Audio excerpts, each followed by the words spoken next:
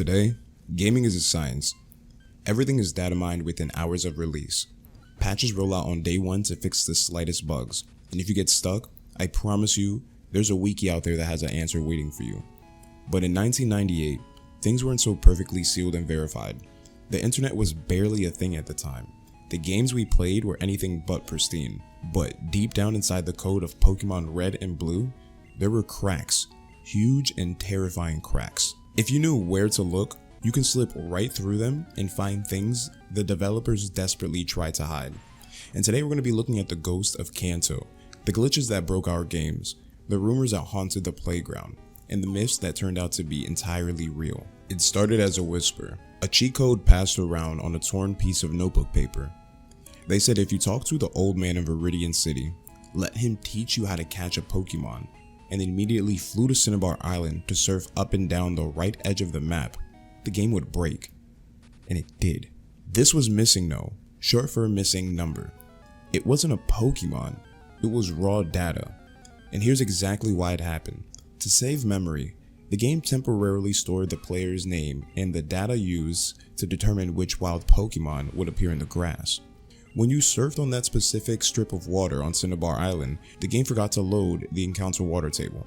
Instead, it read the letters of your character's name and tried to generate a Pokemon out of it. The result was a glitch that essentially handed you the keys to the game's matrix. If you killed it or caught it, the 6th item in your inventory was instantly duplicated to 128 items, meaning infinite Master Balls, infinite rare candies, or the possibilities for infinite items were completely endless. But it came with a price. MissingNo corrupted your Hall of Fame data, turning your glorious victory screen into a nightmare of scrambled pixels and screeching audio. It was a digital deal with the devil himself. If MissingNo was a technical accident, Lavender Town felt entirely intentional. It was a moment millions of kids realized this bright, colorful RPG had a literal graveyard in the middle of it. You all know the music, the high-pitched tone that set your teeth on edge. In the early days of the internet, a rumor exploded. Lavender Town Syndrome.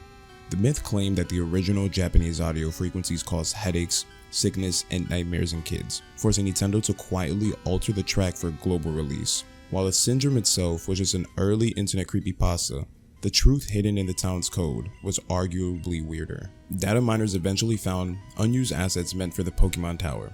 One was an unattached, decaying white hand with peeling flesh that was supposed to act as an enemy sprite. Another was a script for a boss called Buried Alive, a rotting zombie hand that if it defeated you, would drag your character underground, triggering an instant game over screen that permanently locked your game. Game Freak cut these before release, probably realizing they were a little bit too dark for a game made about electric mice. But the oppressive, heavy feeling never left the final version. Before social media, rumors lived or died by the word of mouth, and there was no rumor more powerful than the truck. Someone's older brother told someone else that if you got a Pokemon with surf and strength abilities before the SSN cruise ship left the dock, which required hours of sequence breaking and trading, you could surf to a hidden island with a lone pickup truck. If you used strength to push the truck, Mew was hiding underneath. Millions of kids tried it. We spent weeks meticulously planning our save files just to get to that dock. We found the truck. We pressed every single button imaginable.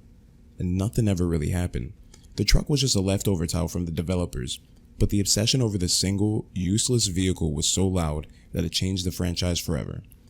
It proved that the demand for secret Pokemon was astronomical, leading Nintendo to officially distribute Mew at all live events. Today, when you hold a piece of that era, maybe a perfectly preserved graded card in a protective slab, you can literally feel the weight of that history in your hands. We verify the weight. We check the security, we make sure that these memories are kept pristine. But back then, the games themselves were anything but pristine. They were messy, broken, and full of shadows. And that's exactly why we couldn't look away. The glitches made Kanto feel like a real place with dark corners that even the creators couldn't control. Thank you for watching. If you spent hours trying to push that truck, hit the like button and let me know your favorite childhood gaming myth in the comments. I'll see you in the next one.